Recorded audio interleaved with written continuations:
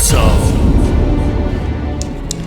Hallo allerseits, herzlich willkommen zur Demo von Xenonauts 2. Hier steht's, Active Development, gibt natürlich Fehler immer wieder und es wird auch noch dran gearbeitet, natürlich. Okay. Violet Hades ist ein Soldier. This difficulty setting is ideal for players unfamiliar with the Xenonauts franchise or the classic XCOM games. Also das Spiel ist, soweit ich das gesehen habe, ich habe leider das erste nie gespielt, relativ XCOM ähnlich, steht natürlich hier auch. Aber wir werden es gleich sehen. It is 2009. The Berlin Wall still stands. The Cold War has grown ever colder. A clandestine organization named the Xenonauts secretly gathers intelligence on a shadowy threat looming over humanity. Sightings of unidentified flying objects and unknown beings have grown steadily more common. A strong correlation emerges between these reported sightings and rising international tensions, but those reporting or investigating alien activity frequently disappear without a trace. Mysterious figures known only as the Cleaners are believed responsible. Mere weeks remain to prepare for the coming invasion. Our species stands little chance of survival should the Xenonauts fail to unite humanity. Das klingt erstmal sehr dramatisch. Also, es geht ums Überleben, ums blanke Überleben gegen eine außerirdische Bedrohung.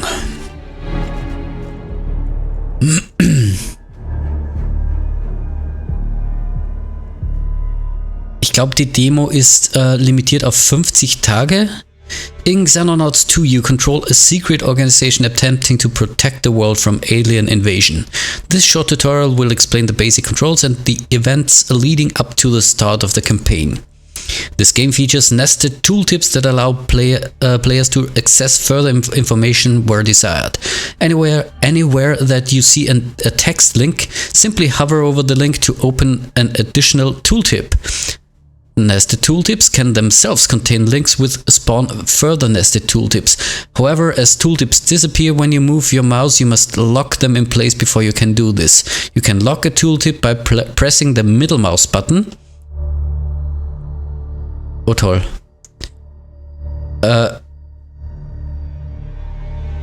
Hier. Oh, okay. Jetzt. Nö. Or simply by waiting 3 seconds, the progress circle is in the top right. Lock this tooltip and open this link to proceed. Well done, you've mastered nested tooltips. Jawohl. Lock this tooltip and press the button below to proceed. Okay. My work on our radar array is now complete. Theoretically, we should now be able to be capable of tracking any alien UFOs passing within radar range of this facility. Thank God. Do you know how hard it is for an organization that doesn't officially exist to get hold of all of the things you keep asking for? Hardly my concern. I do my job, I expect you to do yours. Nonetheless, you may find matters somewhat easier once we obtain definitive proof that these malevolent extraterrestrials do indeed exist. It'd certainly be nice not to look like an insane person continually trying to steal money and military hardware. So what happens now? We wait. Our previous data suggests that we should detect an alien craft within the next week. The blue circle around your base indicates the radar range of that facility. UFOs flying into this area will be detected and can then be attacked using interceptor aircraft. These buttons control the flow of time on the geoscape. Time is currently passing at the slowest speed, but as nothing is currently occurring, we should increase the flow of time until some alien activity occurs. Click the button for the fastest speed. Also hier, zack. Ja, da geht schon Oh, und los geht's. Your radar has detected an UFO. Shooting it down will prevent it from causing panic in the local region and may spawn a UFO crash site tactical mission that allows you to recover valuable alien technology. Click the Launch Interceptors button to get your fighters ready for action. So, size small, escort site none, speed 1200 km/h, altitude high, heading west. Okay, Launch Interceptors. This panel allows you to select the aircraft to be launched at the target. Up to 3 aircraft can be formed into a squadron, but you currently only have 2 aircraft. These have been selected for you automatically, so press the Launch Aircraft button to proceed. Also Angel 1 und Angel 2 fliegen von der Central Base weg, brauchen 2, ich nehme mal an, das sind Stunden, oder? Nö, Minuten, 2 Minuten 39, keine Ahnung. 100% Armor, Health und Fuel, ready. Ja, Mission Target UFO 1. Und los geht's. Your interceptors have reached the UFO and are ready to initiate air combat. Also 8% Fuel haben beide verbraucht. In the final game, this tutorial will explain the basics of air combat, but that part of the game is currently relatively unpolished, so we will simply auto-resolve the battle. Okay. The UFO has been successfully shut down. If you were unhappy with this result, you could fight the battle manually and try to obtain a better result. Instead, press the Accept Result button. Okay. A tactical mission is any battle where your soldiers engage hostile forces in turn-based combat. UFO crash sites are a common type of tactical mission that allow you to capture alien technology for your research efforts. Press the Launch Combat Team button to launch a dropship transport aircraft towards the mission. Crashed UFO im Biome Desert und Persistent, okay. This crashed UFO is likely to contain valuable alien technology and resources. Deploying a combat team to eliminate any surviving extraterrestrials at the crash site will allow recovery to begin. Okay, Skyhawk 1 wird hinfliegen. You can launch dropships in the same way as you launched your interceptors earlier. As your Skyhawk dropship is already selected, click the Launch Aircraft button to proceed. This screen allows you to change the soldiers and equipment aboard the dropship being launched. However, let's simply press the Launch Dropship button and proceed to tactical combat. Okay, wir haben hier nur einen, oder was? Petro Ivanov. 30 Jahre. Ja. Ah, und hier... Oh, nicht nur einer, das sind 8 Leute. Okay. Mit haufenweise Waffen. Ich kann jetzt nur Launch Dropship klicken. Okay. That sounds ominous. It is. Looks like every cleaner cell in the region has started deploying tactical teams. No prizes for guessing where they're headed. Time for us to leave. I'm scrubbing the Helo launch, Commander. The first cleaners will be here in less than an hour, and the Skyhawk can help with the evacuation. We'll need your soldiers to hold the perimeter. You have to buy us enough time to get everyone away. Try not to get killed yourself. Try not to get yourself killed, Commander. You would be rather difficult to replace. Good luck. We're counting on you. Okay, und jetzt geht's los mit dem XCOM ähnlichen Gameplay. Ich meine, das andere war auch schon XCOM ähnlich, aber ja, ihr werdet gleich sehen. Good. The camera in the tactical combat can be controlled in several ways. Move the mouse to the edge of the screens to scroll in that direction or press the arrow WASD instead. The camera can also be rotated using the Q or E keys or the UI buttons in the top left. Here. You can change the camera height level using the mouse scroll wheel or the UI buttons in the top left. Die hier. This can be important when trying to move or attack enemies on a higher level on a roof. Raise the camera level in order to proceed. Each unit in tactical combat uses time units to perform actions. These are refreshed each turn and are shared between all types of action. For example, a soldier that spends all their time units on movement would be unable to fire their weapons. The number of time units that a soldier has remaining is indicated by the green bar at the bottom of the UI. 60. Das sind hier Sekunden wahrscheinlich. Nehme ich mal an.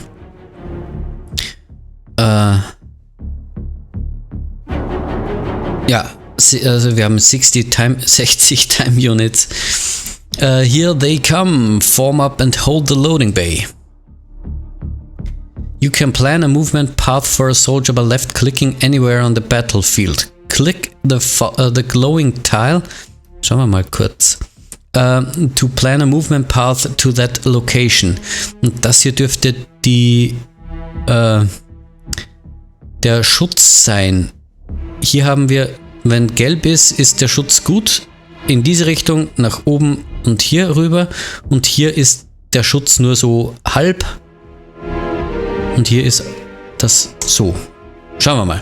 The number at the end of the movement path shows how many time units the soldier will have remaining if they move to that location. Left-click the same tile again in order to order your soldier to perform the planned move. Also das heißt nicht, das kostet 20, sondern 20 bleiben noch übrig. Genau. You can rotate a soldier without moving them by right-clicking anywhere on the battlefield. It costs 1 time unit for every 45 degrees of rotation performed. Rotate the soldier in the highlighted direction to proceed. Finally, we should order this soldier to crouch. This makes the soldier harder to hit. It costs 4 time units to crouch, but it also costs 4 time units to uncrouch. Press the crouch button below to proceed. We have now spent all of our time units. Naja, alle nicht, aber ja. So it's time to press end turn. All soldiers will refresh their time units at the start of a new turn. Da kommen die anderen. Zumindest ein paar davon. Ach, und ich kontrolliere nur den einen?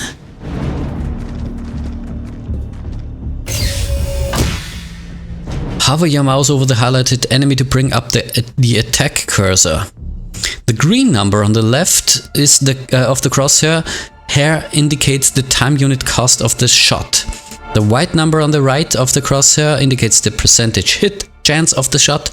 Click the enemy to order your soldier to attack. Naja, you scored a hit and inflicted 30 damage.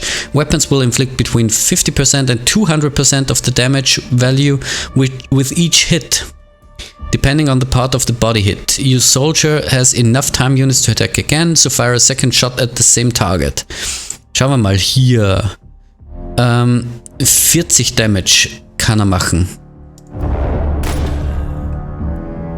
Well done, you've successfully killed an enemy.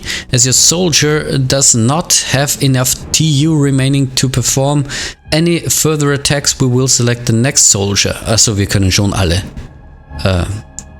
steuern.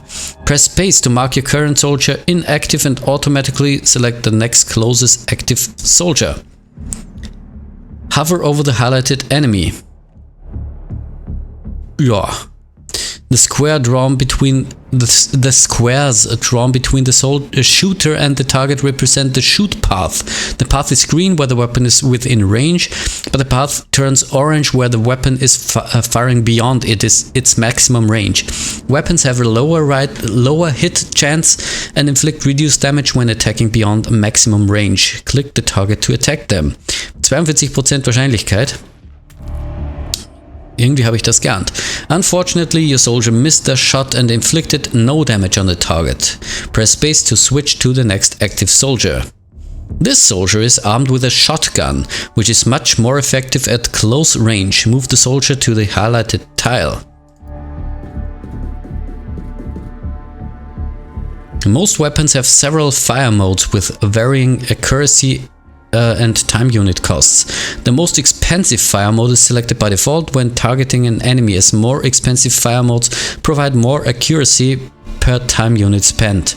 However, at this range it would be preferable to fire 2 shots at lower accuracy due to the passive short-range hit chance bonus on this weapon. Use right-click to change to the cheaper fire mode, then attack the target. Okay, also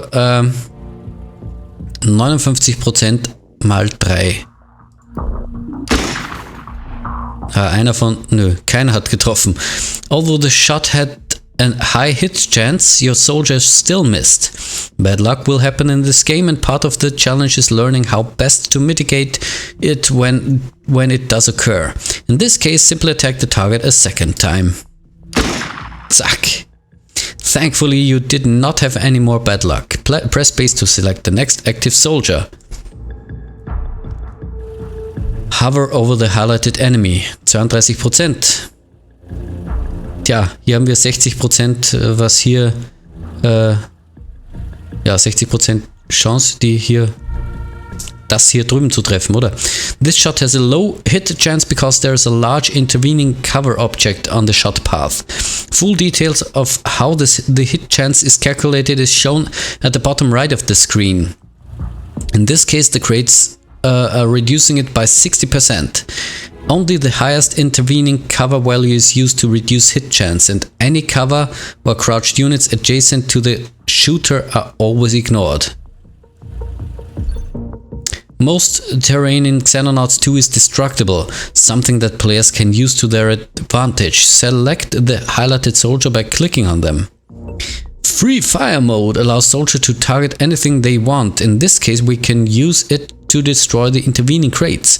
Hold down Control to activate a free fire mode, then click on the crates. Well done, the crates have been destroyed. Click the highlighted soldier to switch back to them. With the intervening cover destroyed, the shot against the highlighted enemy now has a much higher hit chance. Click on the enemy to take the shot. Whoa!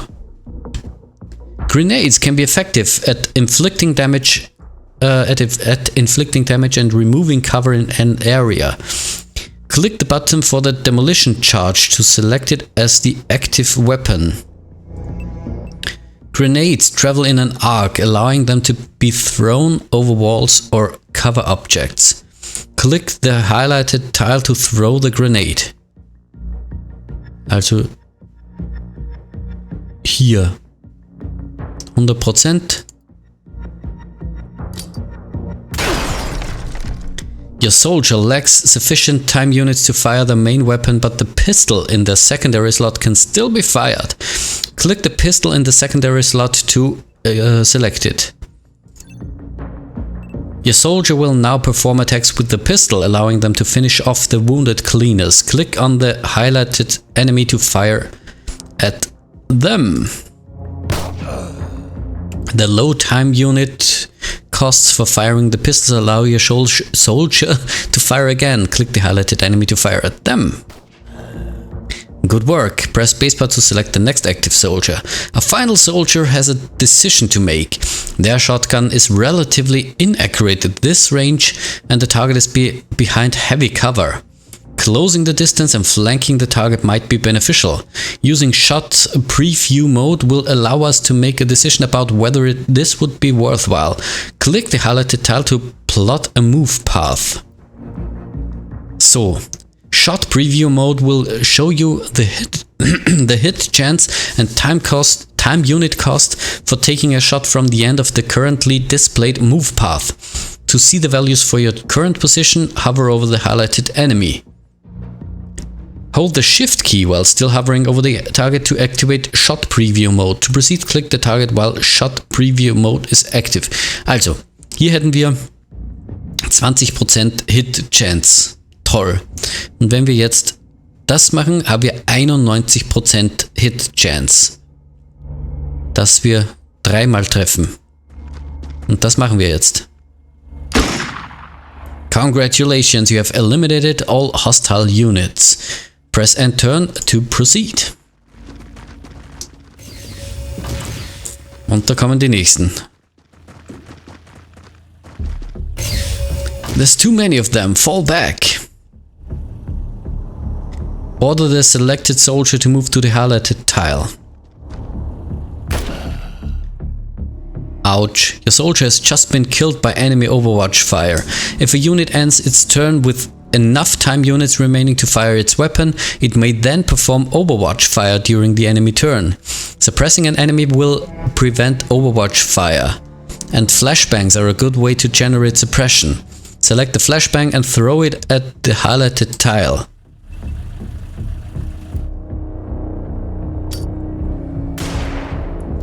All of these enemies have been suppressed. Suppression immediately removes all time units from the selected unit, which prevents them from being able to overwatch fire, as they can no longer afford to fire the weapon.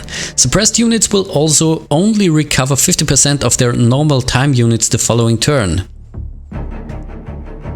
An alternative way to avoid losing soldiers to overwatch fire is to make them harder to hit. Each tile of smoke reduces the hit chance of any shot passing through, so smoke grenades are an excellent way to protect your soldiers. Select a smoke grenade and throw it at the highlighted tile. Good work, all enemies are either out of time units, suppressed or screened by smoke.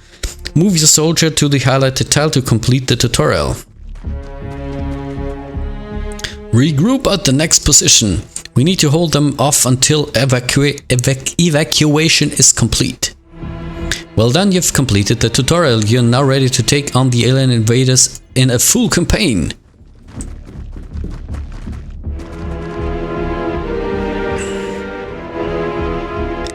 So, mission complete. Sehr cool. Haben wir jetzt schon was bekommen? Alien Technology?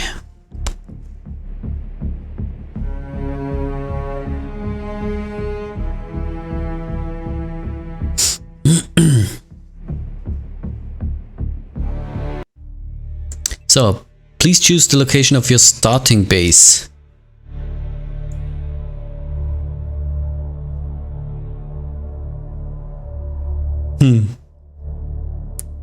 Wir machen es hier grob in Europa. Western Europe.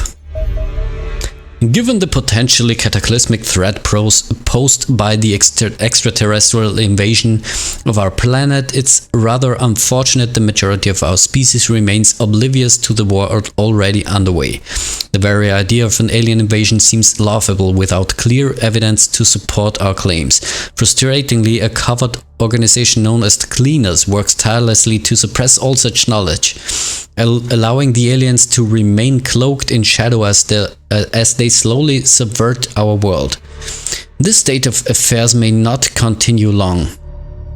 For reasons I hardly expect you to understand, there's a clear correlation between alien activity and strengthening fluctuations in the quantum fabric of our universe. The growing scale of the invasions thus occurs at a predictable rate.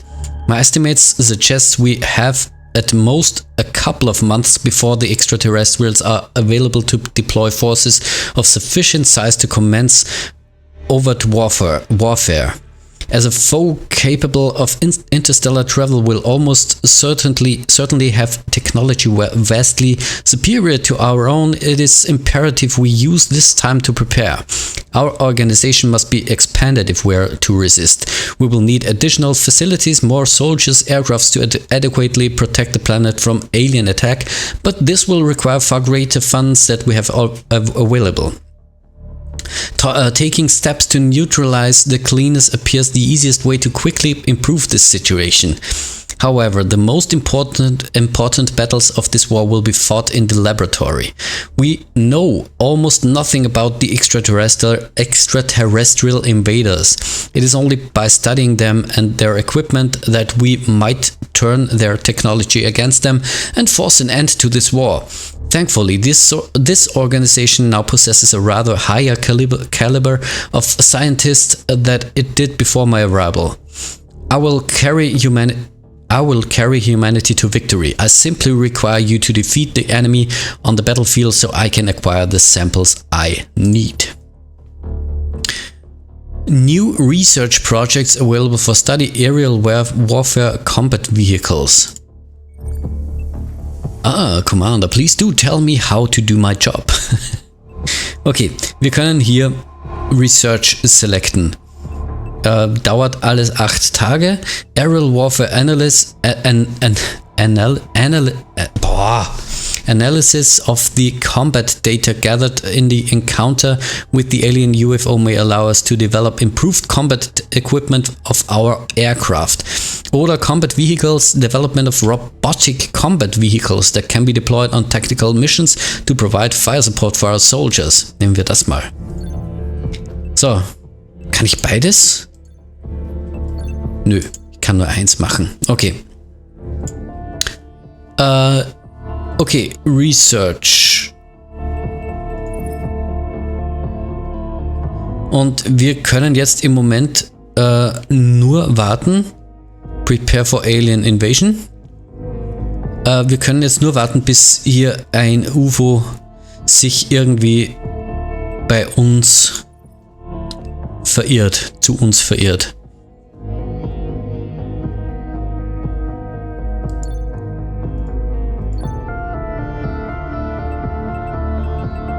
Okay, das hier haben wir alles gebaut. Laboratory, Living Quarters, Workshop, Access Lift, Storeroom, das sind 3 Hangars mit zweimal die Angels und einmal den Skyhawk. Radar Array, Generator. Wir könnten jetzt hier nochmal zum Beispiel ein Radar Array bauen.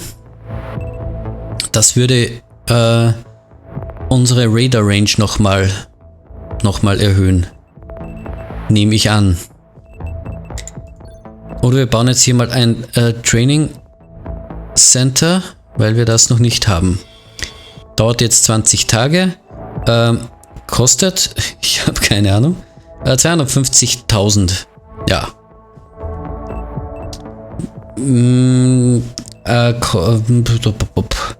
Power used 25.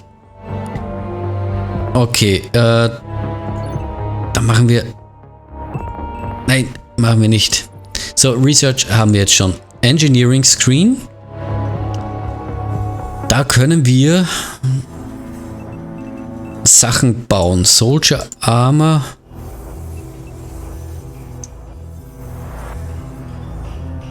Soldier Equipment, Stun Gun, Stun Baton. Aircraft. Da können wir sogar Aircrafts bauen. Aircraft Equipment.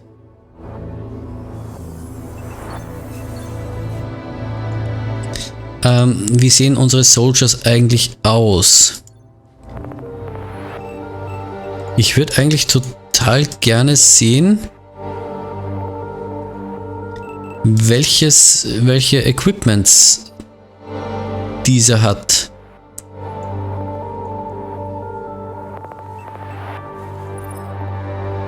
No Items. Armory. Ha, jetzt.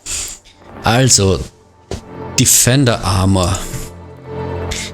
Die haben eigentlich alle schon ein Defender Armor. Brauchen wir jetzt keins mehr. Hier haben wir Tactical Suit.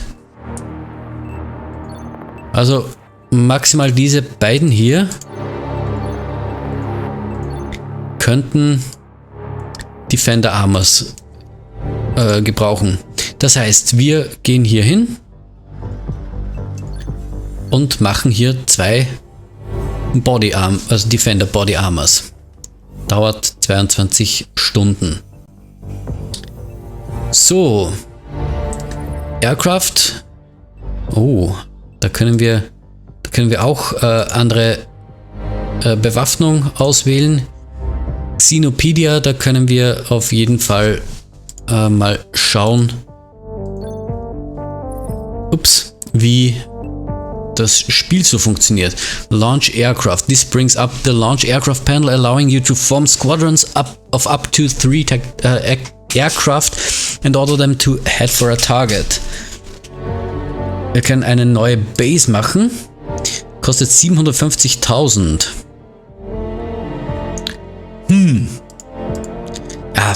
Ist aber noch nicht notwendig, glaube ich.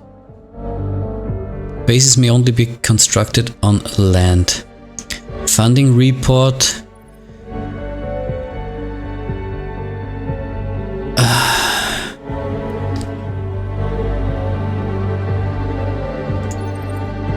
So, wir schauen jetzt mal, wir warten mal bis... Oh, Engineering complete. Ja, erstmal machen wir hier nichts. Wir gehen hier in die Armory und wählen jetzt Defender Armor aus. So, die sind jetzt auch quasi besser ausgerüstet. Was ist das hier? Ah, Western Europe. Ah, da kann ich meine verschiedenen Basen durchklicken.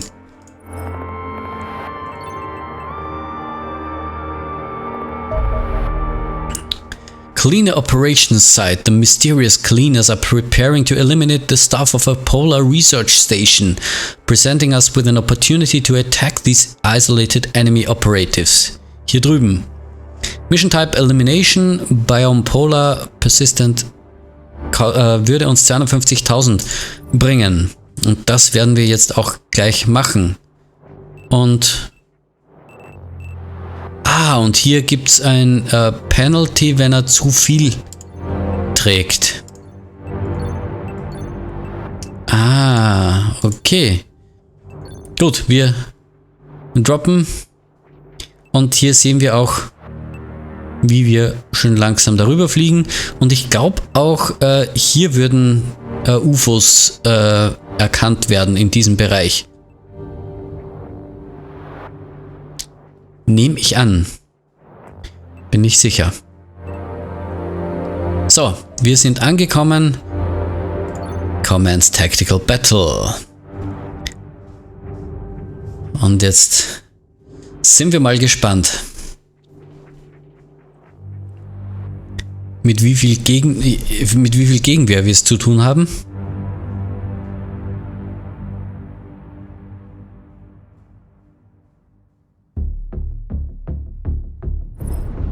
A cleaner combat team appears to be attacking the staff of a remote Arctic research facility. We should eliminate them and recover their corpses and equipment for further study. Okay, also wir gewinnen, wenn wir die Gegner killen und wir verlieren, wenn wir gekillt werden. Tja, so kann es gehen. Das hier ist kein Gegner. So sieht es auch im Moment hier aus. Ich würde mal sagen, wir spazieren hier mal hin und blicken uns um.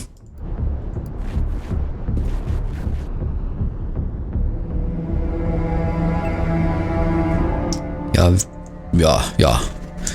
Next. Mal in diese Richtung geblickt. Sollen wir reinschauen? Noch nicht, würde ich sagen.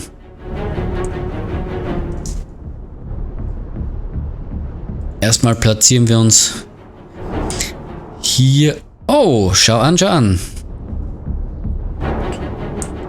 Dann platzieren wir uns vielleicht lieber hier. Der nächste.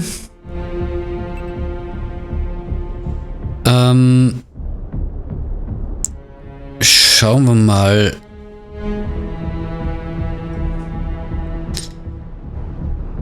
%, Time Units.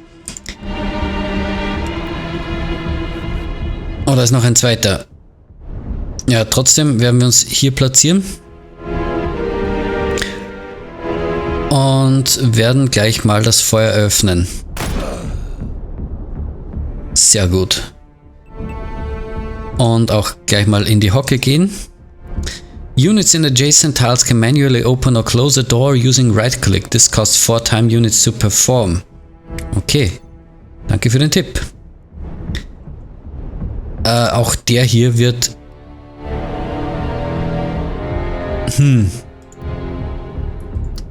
52, der hat mehr. Der könnte hier mal hingehen. Eventuell noch einen Schuss loslassen. Nö, doch nicht. Okay. Der kann nicht mal hier rüber laufen.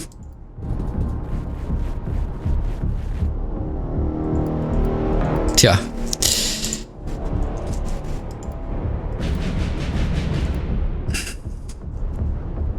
Aber wir könnten hier hingehen.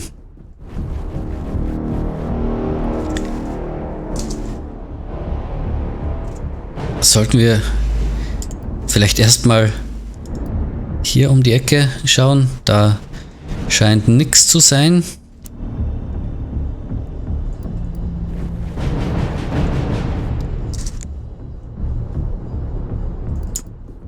Tja. So.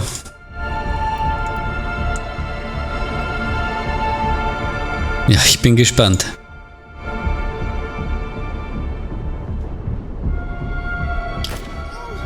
Autsch.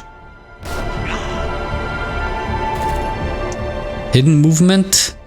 Ja, es gibt natürlich auch Gegner, die man noch nicht sieht, auch die bewegen sich. One of our units has suffered a bleeding wound and will suffer 5 HP of damage at the end of each turn until it's healed. Using a medikit on a soldier will automatically heal all bleeding wounds in addition to restoring lost HP. Der ist jetzt automatisch hier zurückgelaufen. Wir haben kein Medkit dabei.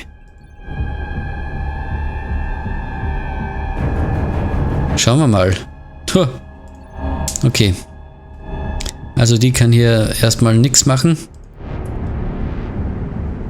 50%. 77%.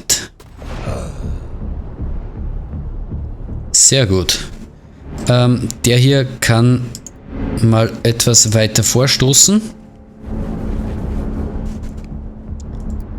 Sieht ganz gut aus soweit. Die Frage ist, ob hier drin welche sind. Wir könnten mal hier reinschauen.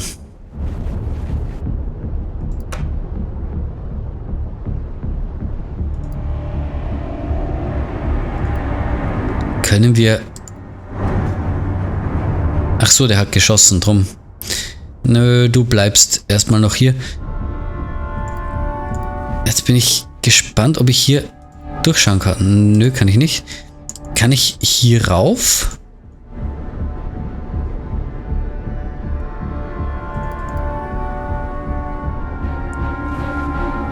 Da können wir auf jeden Fall mehr überblicken. Wir sollten eigentlich beisammen bleiben.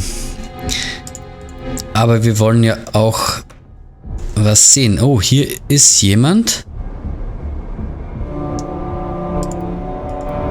Die Frage ist das... Das ist... Okay, der gehört quasi zu uns.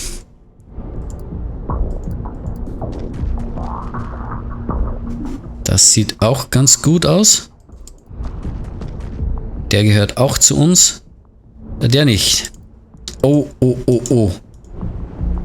Das ist gar nicht gut.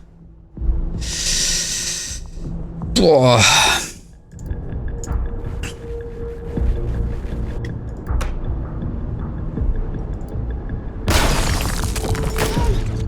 Oh Mann. Nicht gut, nicht gut. Der hier kann nichts mehr machen. Der hier kann maximal unserem anderen in den Rücken ballern. So hat er viel zu wenig. Oh! Aber mit 15, das kostet ja... Das würde 70 kosten. 61. Das wird sich genau ausgehen.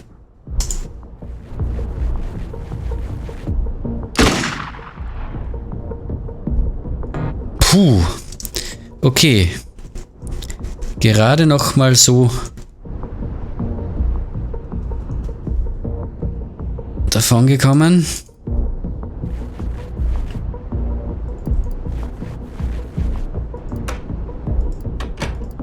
Na toll.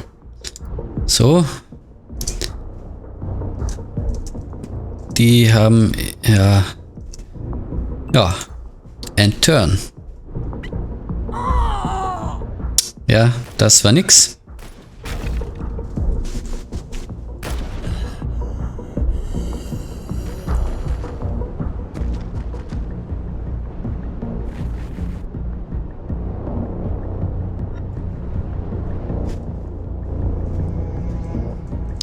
Frage ist ja auch, wie weit geht's? Okay, hier ist Schluss, wie es aussieht. Okay. Also wir können hier mal reinblicken. Beziehungsweise sollten wir vielleicht mal hier rüber.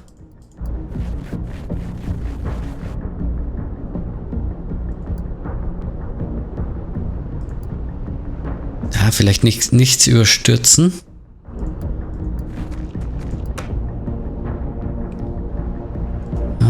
Hier ist noch eine Tür, hier ist noch eine Tür.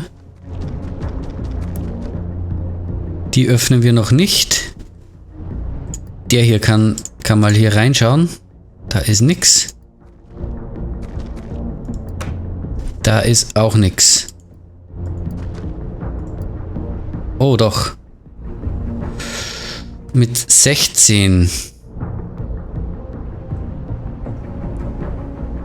Ach so, weil sich der hier versteckt. Wir könnten uns auch noch hier zurückziehen. Nochmal schließen. Das ist blöd. Der hier hat keine Punkte mehr. Der hier oben hat keine Punkte mehr. Der hier schon. Oder die hier schon. Allerdings viel zu weit weg.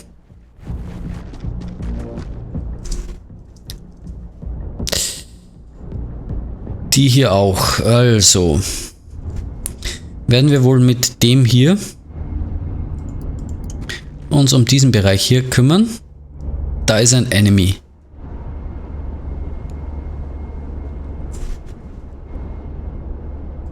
Da werden wir uns gleich hier... Oh, da ist der nächste. Oh Mann. Hier platzieren. Und werden auch gleich den nächsten mitnehmen, der sich eventuell hier versteckt.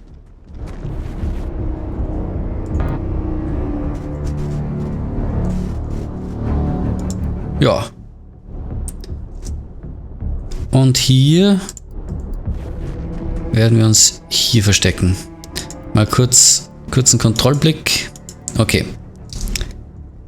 Und er hier könnte eigentlich hier durch und quasi das Feld ein wenig von hinten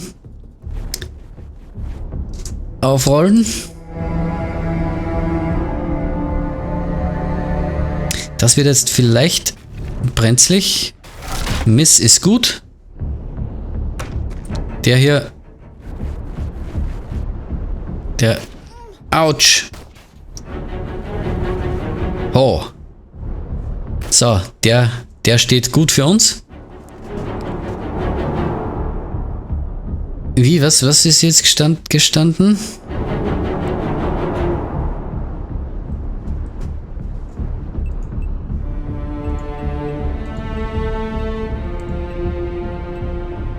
Lücke lasen. Irgendwas ist... Ah, hier, I'm bleeding. Okay. Gut. Der hier hat nichts machen können. Das heißt... Ach, komm. So. Das sieht gut aus. Also ist somit... diese Seite hier clear. So, der kann hier ja irgendwie mal rausmarschieren. Der hier auch.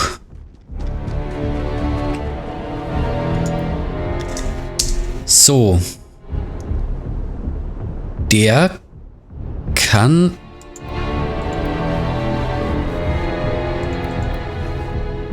Was ist das hier?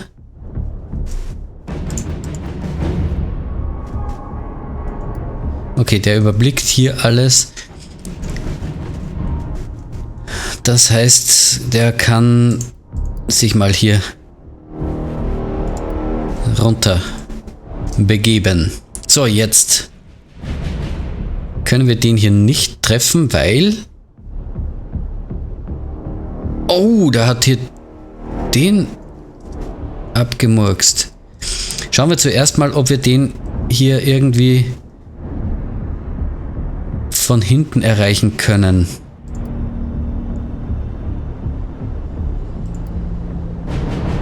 %37 ist nicht viel.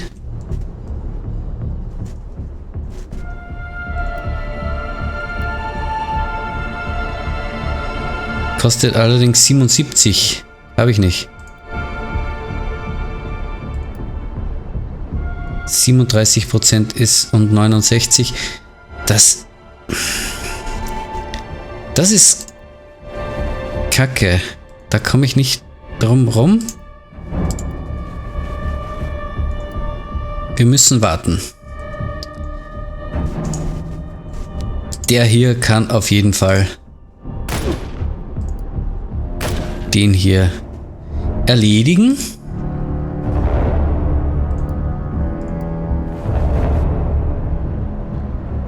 Da trifft er gar nichts.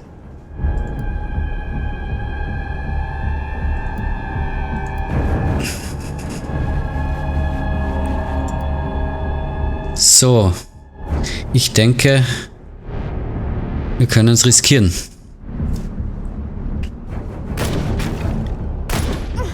Autsch. Oh, da ist noch einer.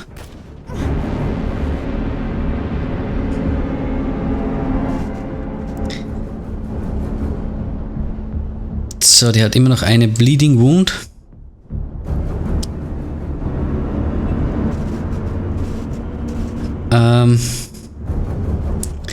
So, wir werden jetzt trotzdem mit ihm hier ein paar Schritte wagen. Das ist eine Sniper Rifle.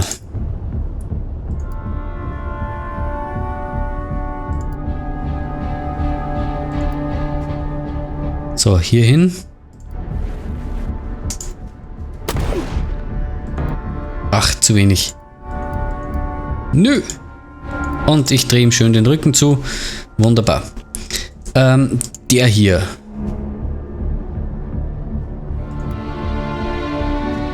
%55.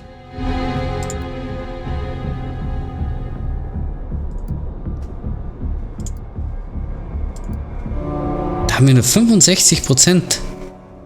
Naja. Ach komm.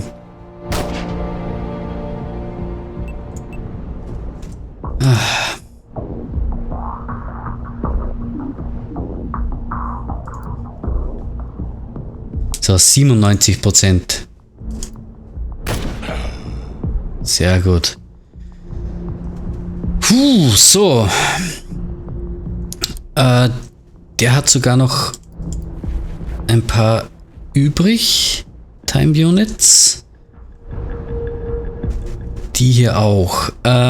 Vielleicht schauen wir doch mal hier rein. Sieht erstmal ganz nett aus. So, der hier. 72% Chance. Das ist gut. Der bleibt sitzen, stehen.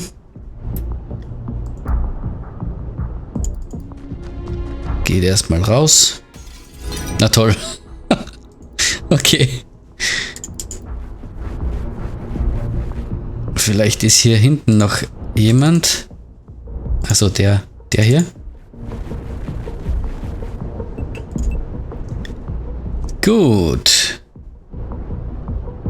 Mit 2 kann er sich nicht mehr bewegen. Der hat auch nichts mehr. Also hoffen wir, dass hier keiner mehr drin ist. Oh. Irgendwo hier hinten ist noch jemand. Auf jeden Fall sehen wir keinen. Das würden wir hier unten sehen. Wir können hier mal reinschauen. Da ist nix. Dann einmal rund herum. Der hier kann hier mal schauen. Hier ist nix. Das ist gut. Das heißt, wir können uns hierüber begeben. 14 Punkte.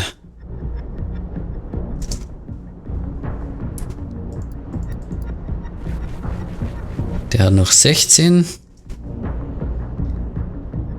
So, jetzt können wir hier mal schauen. Ist nix.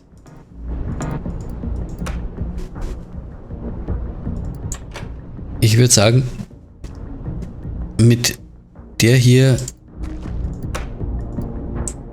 ja, warten wir hier mal.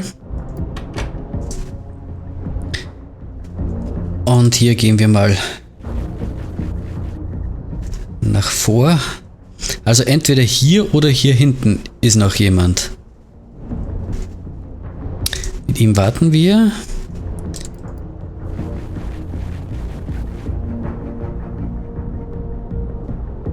Auch hier warten wir und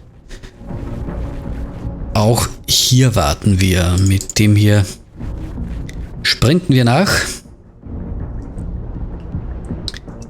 Gut.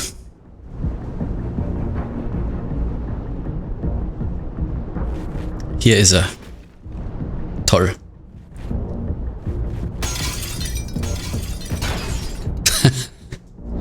Ich hoffe, es ist nur noch einer.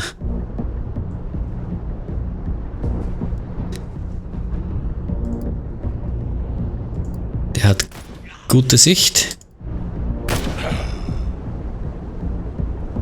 Es dürften doch noch mehr sein.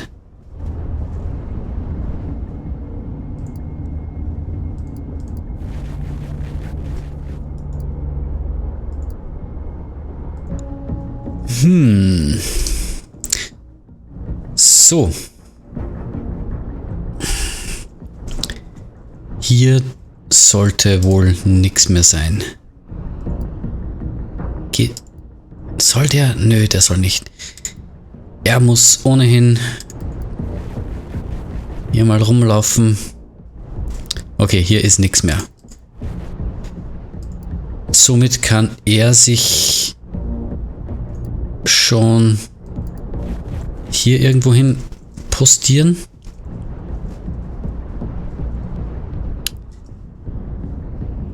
Er kann sich auch in diese Richtung orientieren. Ich hoffe, hier ist er nicht. Das wäre ja doof. So, jetzt können wir hier öffnen. Mal hier raus gucken. Oh Mann.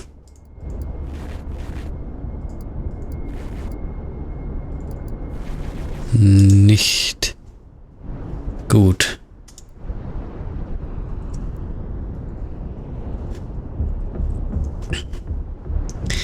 Der muss hier irgendwo sein.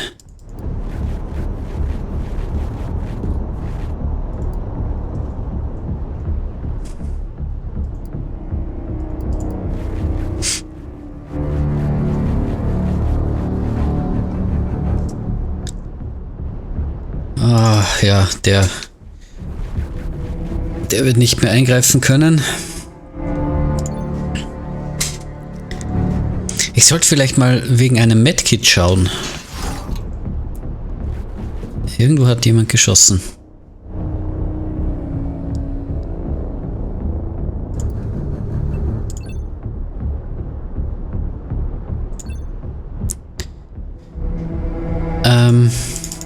Können wir...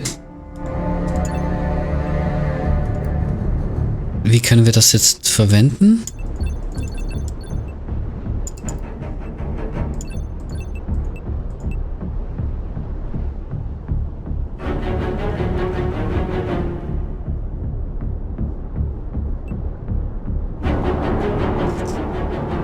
Ah, hier. Mit Control. So.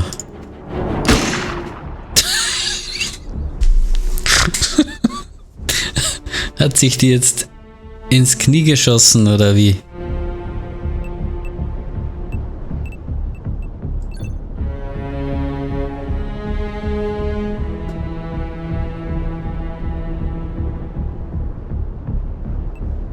Ah, jetzt auswählen und... Warum nicht? Warum kann ich das nicht? Weil ich keine 25 mehr habe. Weil ich mir ins Knie geschossen habe. Okay.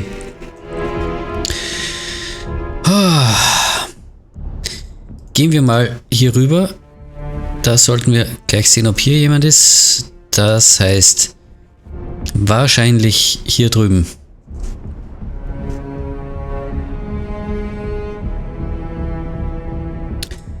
Wahrscheinlich hier drüben.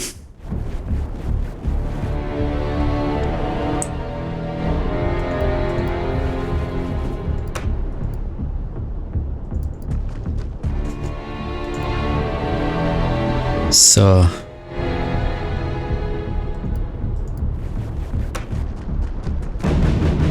Okay. Sicherheitshalber schauen wir hier mal. Okay, der hier. Ja, läuft mal hier rüber. Nö. Der könnte hier raufgehen, bringt aber nicht wirklich was.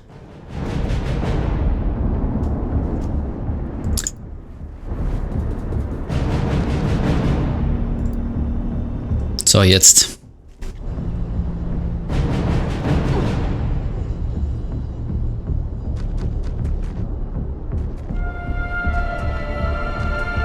Hier ist aber... Jetzt als allererstes werden wir uns hier heilen. Sehr gut. Danach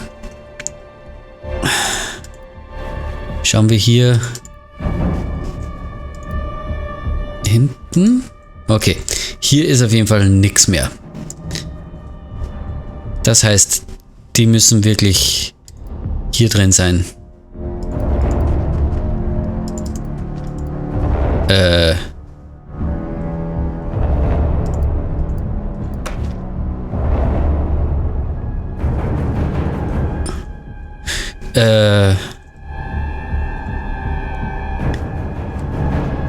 Das...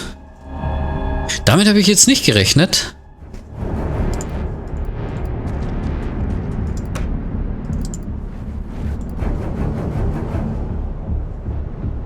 Da ist niemand.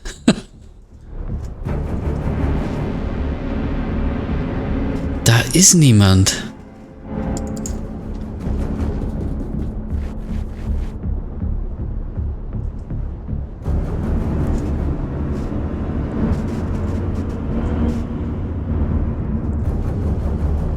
Was machen wir jetzt?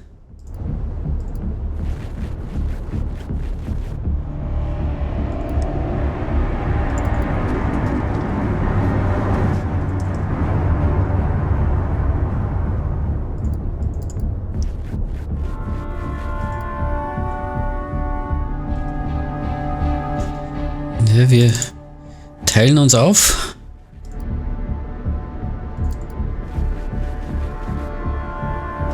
Irgendwo muss er ja sein.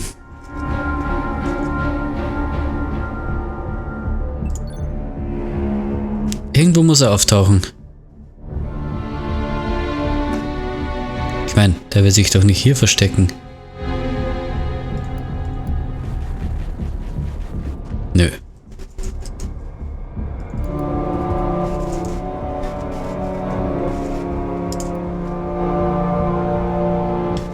Okay, wir müssen alle Eventualitäten abklären.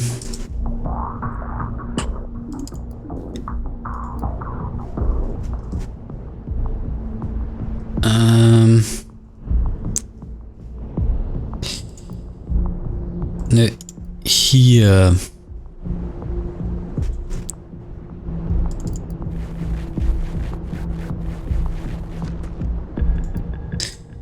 Wir werden hier alles aufdecken. Okay. Hier nicht.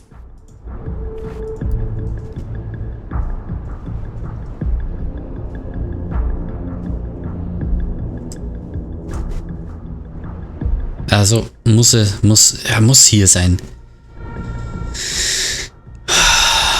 So, das heißt, wir werden uns durchs Fenster reinschleichen.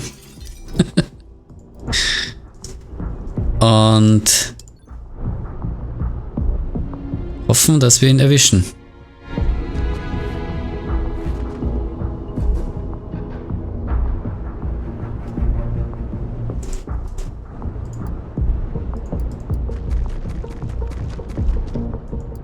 Der ist hier nicht.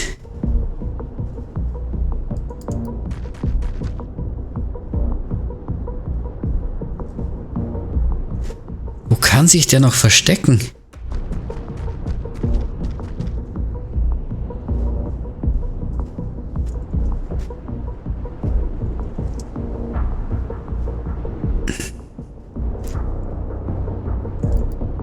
Ich meine, wir können noch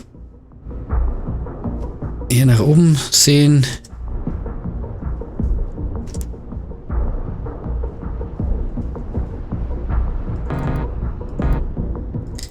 Wir schauen uns das Ganze von oben an. Der Überblick, das hier alles. Der hier geht jetzt mal hier. Moment, der hier geht. Warum?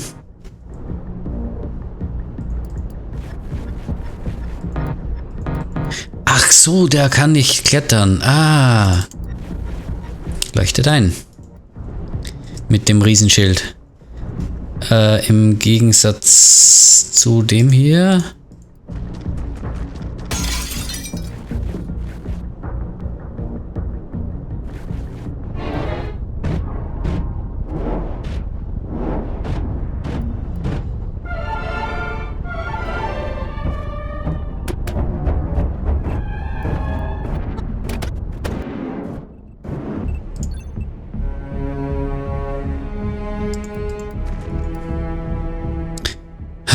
Hier ist er.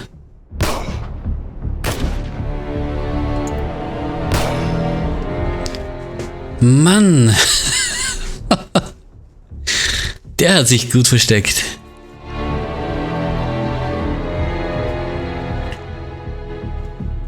So, wir haben leider einen Soldaten verloren.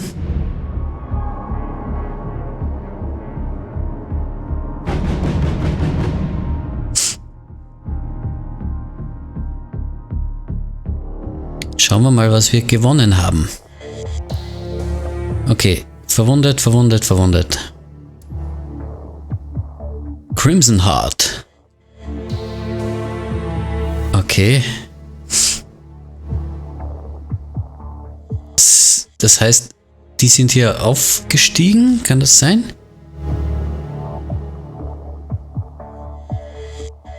Immerhin 2 von 5 Leute haben überlebt, Zivilisten. Okay, die kommen jetzt zurück. Und ich weiß nicht, sehen wir dann, ob wir was bekommen haben oder... Okay. The cleaners have plagued our organization for a long time, Commander. Your efforts on the battlefield have been commendable. The process of unmasking our enemies can now begin. Both literally and figuratively. Removal of the customary gas mask and hazmat suit worn by cleaner operatives reveals nothing particularly unusual about them. Though highly effective against environmental hazards, they are of little use against firearms. One presumes their true purpose is simply to conceal the identity of the wearer. The disrobed bodies are outwardly indistinguishable from normal humans. Both male and female operatives are present ranging from early 20s to mid 40s. Physical appearances vary, but all appear within acceptable parameters for combat operations. Indeed, only a glance inside the mouth reveals the presence of anything beyond the ordinary. The roof of the mouth is heavily scarred in each case, implying significant surgical intervention. The full extent of this is only revealed by bisection of the skull. Numerous implants are embedded within the brain matter, collectively replacing over a third of the tissue with electronics. Though we would need to capture a live specimen to understand the precise nature of these implants, it seems safe to assume that they represent some form of control device. Sadly, surgical removal does not appear feasible. The loss of so much brain matter means the implants themselves must be compensating for the missing tissue in some manner. Removing them would almost certainly leave the patient in a vegetative state. Cleaner operatives are thus doomed to serve their alien masters for the remainder of their existence, leaving us with no choice but to eliminate them. Thankfully, this should not be unduly difficult. There's no evidence to suggest their implants enhance combat performance, nor that their weaponry is appreciably superior to our own. We will require more information about the cleaners before disrupting their operations becomes a realistic possibility. However, the importance of such matters relative to our other research priorities is a decision that only you can make. Okay, wir haben hier ein neues Research Project. Cleaner operations. Analysis of the recovered cleaner equipment may allow us to trace their operations, revealing vulnerabilities our organization can exploit. Erstmal machen wir das hier fertig. Ja, sehr cool. Ich würde sagen, das war's für heute. Vielen Dank fürs Zusehen. Bis zum nächsten Mal. Ciao, ciao.